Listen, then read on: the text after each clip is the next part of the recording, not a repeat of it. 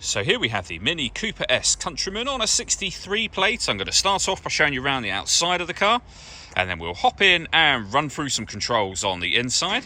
From the outside though, you can see it's a 5-door car with those black alloys to match the black roof and mirror caps.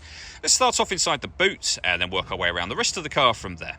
As we approach the back of the car, you'll see we have the twin tailpipes. Plenty of boot space as well, along with the 3 individually folding rear seats. The rear seat also slides forwards and backwards as well to give you even more boot space or more legroom for rear passengers. And this tray section here will lift to give you more space again. You can remove that tray completely should you wish to.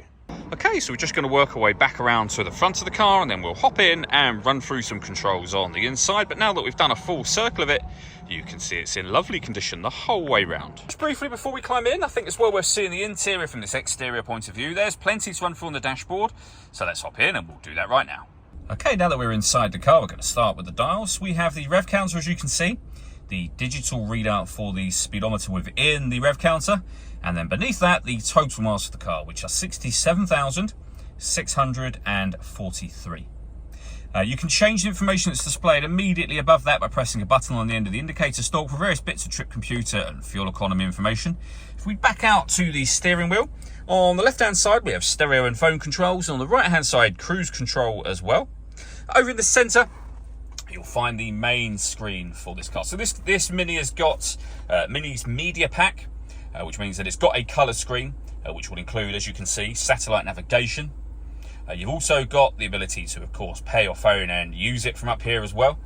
When it comes to the radio, we have got FM, AM and DAB. All the movement that I'm making on the screen is all being done using this dial just here. You can get back to the home screen from here, but the dial will do everything. So it will rotate to various options. You can push it down. It also moves to the right, to the left, up and down as well, which will become useful within certain menus. So for example, we're now back on the main menu. If you want to listen to your own music, you rotate the dial to media, push it down, you're then in that media menu. You can go to the left or to the right using that stick if you wish to. So we're on external devices at the moment where you can listen to music via USB, Bluetooth audio or auxiliary input. But if I go left, you'll see that we then have access to a CD player. And there's no more options to the left now, but 2 to the right. And that's how you use that dial.